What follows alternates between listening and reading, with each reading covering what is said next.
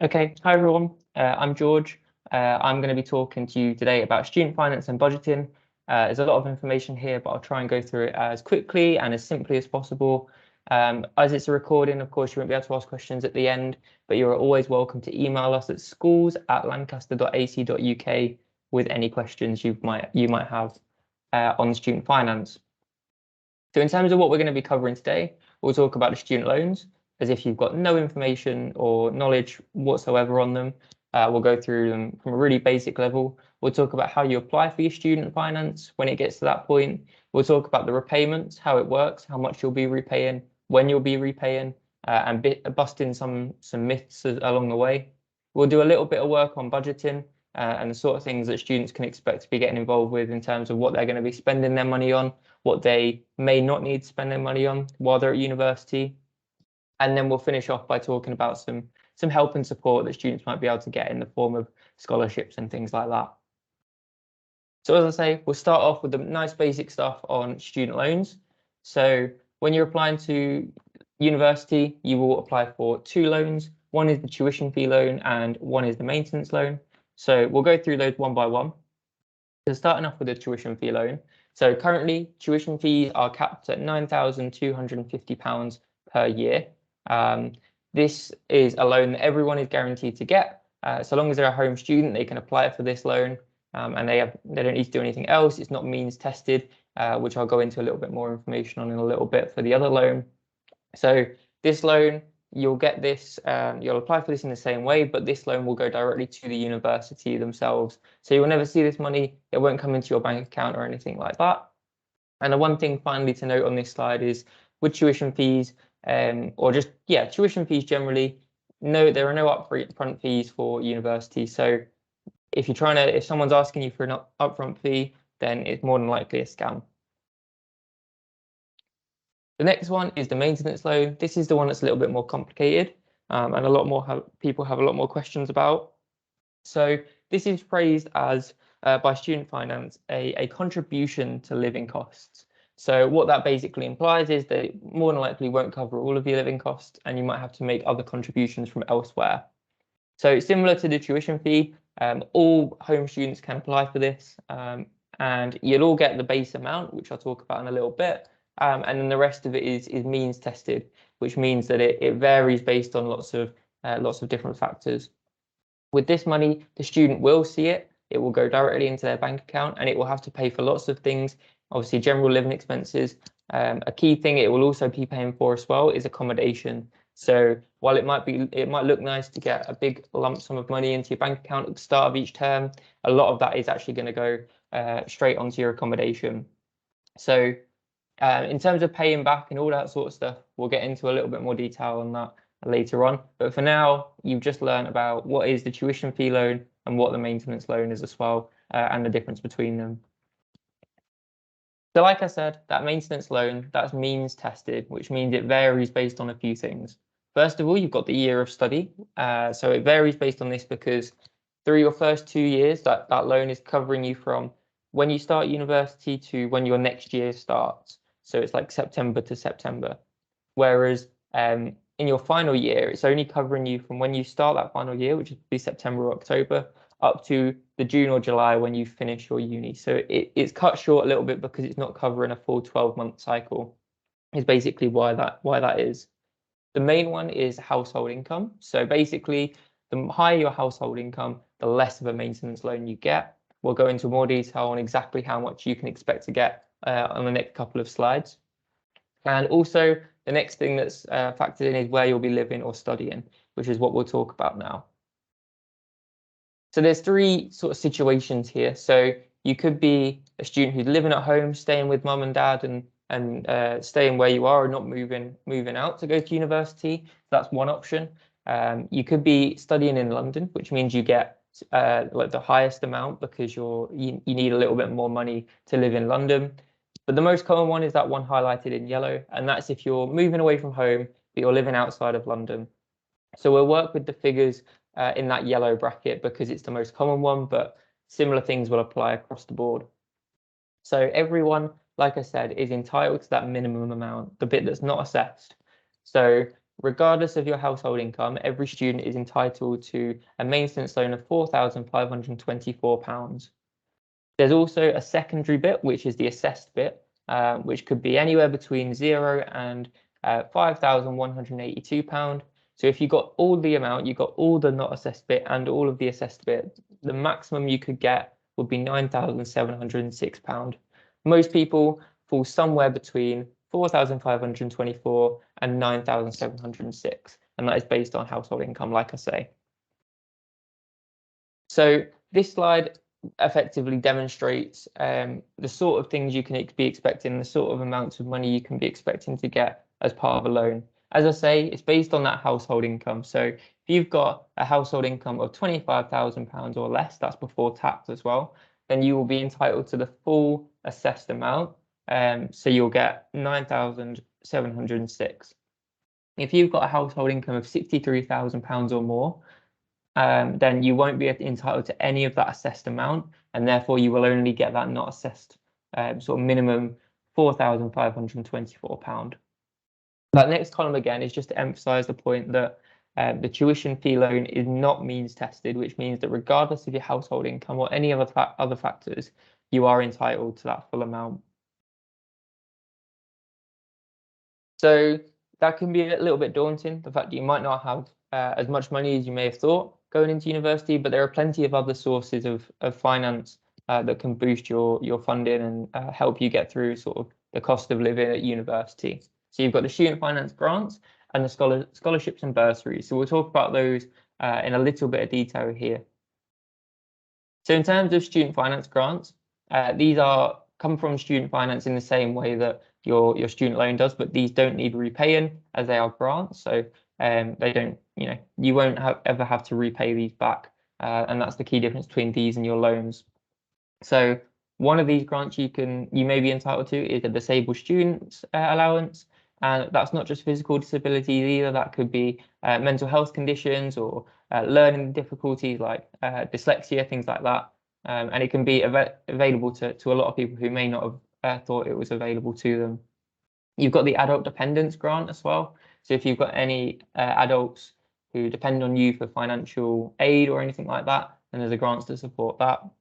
And then you've got the parents' learning allowance and the childcare grant that both support parents throughout sort of to manage their studies alongside looking after children. That parents' learning allowance is more based on like course-related costs, and then of course the childcare grant is based on childcare costs, and that's the difference between the two. You've then got scholarships and bursaries, which will vary between universities. I'll go through Lancaster scholarships and bursaries later on. So these will be, you'll apply for these directly through each institution themselves. Similar to the grants, you won't need to pay them back, but you won't have a one standard application form for this. And they can be awarded for lots of different reasons. It could be academic aptitude. It could be an extra grant similar to lots of different things. It could be if you've got a low household income that you get more like a scholarship or something like that. So there's lots of different things that you can factor in to get those scholarships. So hopefully that has clarified lots of things about the basics on what types of loans and grants you're eligible for when you apply for university. We're now going to go through the actual application process. So before I start this, do bear in mind that some of the dates are a little bit off, just because the dates for the new cycle haven't been announced yet, but they're a little bit of a guide for you. So like I say, these are the dates that are just a guide. So the dates last year, student finance opened on the 28th of February, so that's when you could start your application. And then the deadline for that was May the 20th. So you have quite a wide window to do your applications, but we always do recommend that you go as close to the opening time as possible to give student finance plenty of time to process it. And if there are any issues, they've got plenty of time to come back to you. And it means that you've got everything ready to go by the time you do start your university course. Before you start your application, there's a few key things you need to have to hand. So you need the student to have their passport because they'll use this to check identity and things like that. University and course details are needed as well. You don't have to have made your final university choice. A lot of people in February won't have made that final choice. They might not have even got any offers back yet from universities, but you will need to put an option, a university and course in just as a placeholder, if nothing else at this point, and you can always change it as you go along. It's not like you've got limited changes or anything like that. You can change your university and course as much as you want before you actually end up starting. You'll also need to put the bank account details for the student in, and their national insurance number, again, for identity checks and things like that. For parents who are sponsoring or supporting applications, they'll also need their national insurance numbers. They'll need their household income information, and that's based on the previous tax year. And then also, if you've got any other child dependents, like brothers, sisters, siblings, whatever, then you'll need that information to hand for the parents as well. So with the application form, you will more than likely do it online, but if you do want a paper copy, then you can print off the forms from the Student Finance website as well. So it depends what you want to do, but most people go through the online system. So there's a few sections. So the first bit is eligibility, so details about yourself, the course that you're applying for, nationality, all that sort of stuff. The actual loans that you're applying for, you don't have to apply for a maintenance or a tuition fee loan. You can just apply for one or the other. So you just have to make sure you're specifying what loans you want to pay to apply for. If you are a dependent or an independent student, so for example, if you're estranged or care leaver, something like that, then that will go into that section. Again, similar sort of thing, care and responsibilities. If you've got any children or adult dependents, that'll have to go in one of the sections, and that will support you with sort of accessing those grants that I was talking about earlier. You've then got that major section on parents' household income that they'll have to fill out, and then disabled student allowance. If you wish to apply for it, if you feel you qualify, then make sure you apply for that as well. And you'll have to provide evidence for that, but I'll talk about that now. So with the DSA, the application process is very similar, and it's sort of encapsulated in the main Student Finance England approach.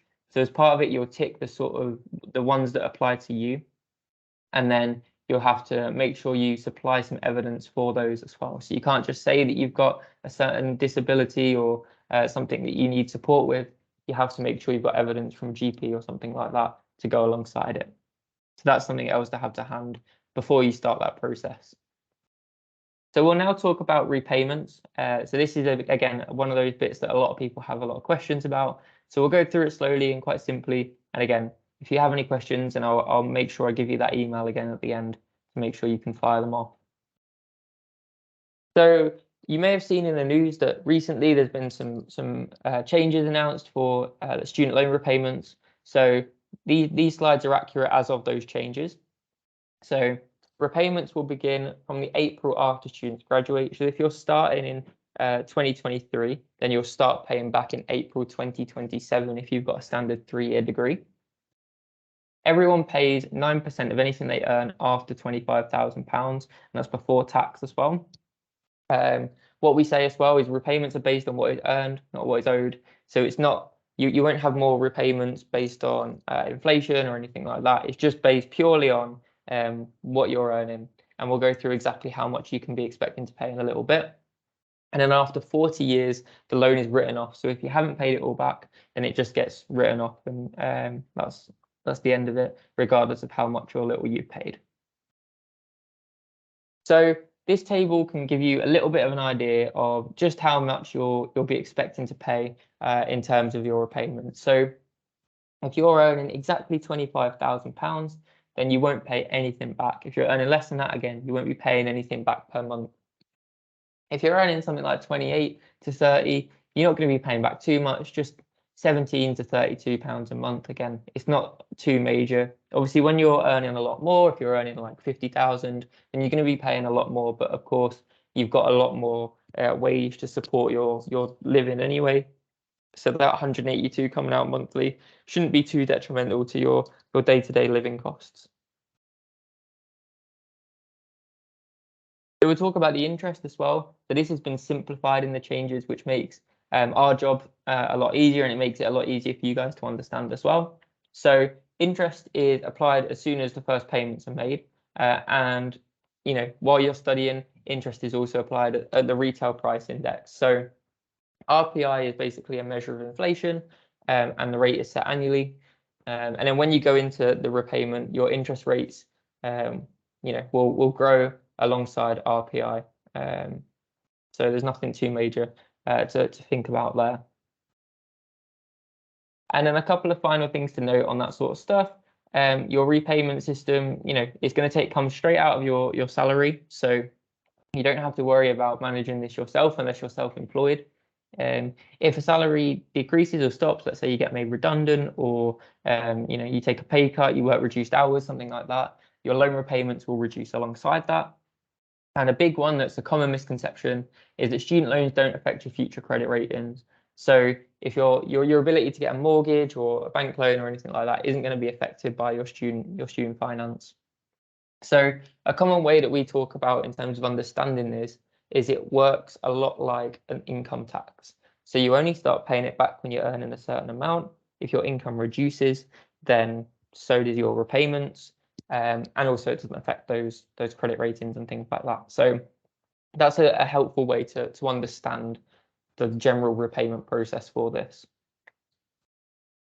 So we'll move on now to budgeting. So we've got a few key tips for students going into university. Budgeting can be a really difficult thing. It might be something a lot of students haven't had to do before, and managing a big chunk of money that comes in at the start of the term can be really difficult. So hopefully with these tips and a little bit of an understanding of what you're going to be spending your money on, we'll be able to help you out and you won't get into any sort of hardship when you do get to university. So Save the Student have provided a fantastic graph here that shows the sort of things that you can be expecting to spend your money on per week, or per month, should I say. So generally, students on average spend about £810 a month. You'll see that most of that goes on rent and then groceries. And then around the outside, you can see lots of different things that money might go on. So health and well-being might encompass like a gym membership or something like that. You got household bills on there as well. Transport might be bus passes or train tickets or tram tickets, depending on whatever city you're in. Money on sort of going out and socializing, that's factored in there as well. So you can see that there's lots of different things that students do spend their money on. So it's important to make sure you manage whatever amount of money you've got per term, and make sure you've got enough to allocate to the essentials like the rent and the groceries and things like that, and make sure that you're not overspending on the non-essentials, so things like takeaways and expensive clothes and things like that. One thing to note when you are looking at your finances going into university is that first week will be a lot more expensive. So you'll have to buy lots of new stuff, maybe kitchen supplies. You might be signing up to societies or the gym. So again, that might be a one-off termly payment. Socializing, you'll be going out a lot more, making friends, spending time with lots of different people. So making sure again that you've got lots of support and in terms of finances for that first week. Clothing, again, you might want to get some university merchandise. Again, make sure you're only spending what you can afford to spend. So we've got a few tips to support you with this budgeting. So make sure that when choosing a bank account, you can look at plenty of student bank accounts. They all have certain benefits. So I know some have like a free rail card. A lot will have like interest-free overdrafts and things like that. Of course, just be careful when you are using those overdrafts and look at the terms and conditions. Books and equipment, so you can get those secondhand. Very commonly as well nowadays, you may not even need to buy the books because they'll be freely accessible on the library, or like the online library for each university you're going to. Cooking in large batches is a great option as well, or cooking as a flat.